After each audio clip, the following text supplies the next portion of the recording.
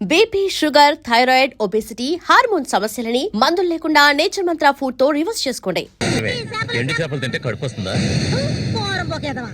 చుట్టుపక్కల ఊళ్ళ నుంచి ఈ ఊరికి చేపలు తెప్పించేది నేను. ఆడాళ్ళకి కడుపు రావాలంటే నా అవసరం ఉంటుంది. రాత్రికి ఇంటికి రా. ఒక్క విషయం గుర్తుంచుకో, ఏనాటికైనా మల్లిక నాదే. నీకంత తిమ్మిరిగా ఉంటే వెళ్ళి మీ ఇంట్లో వాళ్ళని పిలుచుకోరా. ఇక్కడ ఉన్నారు కదా నీ తోడుపుట్టిన చెల్లెళ్ళు. పెళ్ళైంది ఒకటి, పెళ్ళై మూడు లేచిపోయింది ఒకటి. వాళ్ళని పిలుచుకోరా.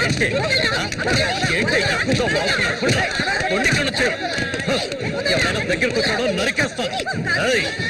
ఇంకొక మాట మాట్లాడావో నాలుగు చీరేస్తాను. పరికి మారింతాను. నీ కూతురు నాకే సొంతమే, నాకు మాత్రమే. ఎవడైనా మధ్యలోకి దూరాడో ఉద్యమైపోతాం. ఏంటి రెచ్చిపోతున్నా? చామంతక్క, నీకు విషయం తెలీదు కదూ, ఇవాటి నుండి 10 రోజుల వరకు ఊరంతా జాతర హడావిడే. మల్లిక, బయట నుంచి కొంతమంది కుర్రాళ్ళు కబడ్డీ ఆడడానికి వస్తారు. వాళ్ళ ఒక కొంగుని ముడేసుకో. కబడ్డీ టీం వచ్చేసింది. త్వరలో కబడ్డీ పోటీలు జరగబోతున్నారు.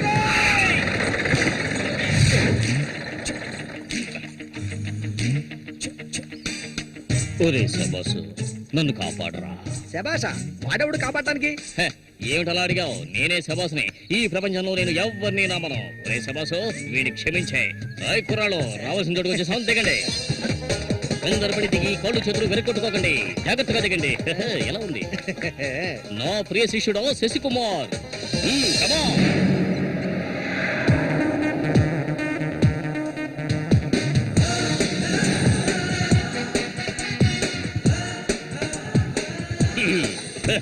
కుర్రాళ్ళు, ఇక్కడే మనం మన టాలెంట్ చూపించాలి. అందరికి సరుకు భోజనం ఏర్పాటు చేశాను.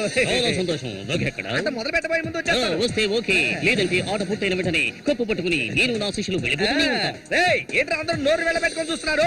అందరూ గ్రౌండ్ లో చూడొచ్చు. వెళ్ళండి, వెళ్ళబెట్టుడే, వెళ్ళంట్రా సోమరిపోతున్నారా. పర్వాలేదు, నువ్వు కొంచెం గట్టి పిండలానే ఉన్నావు.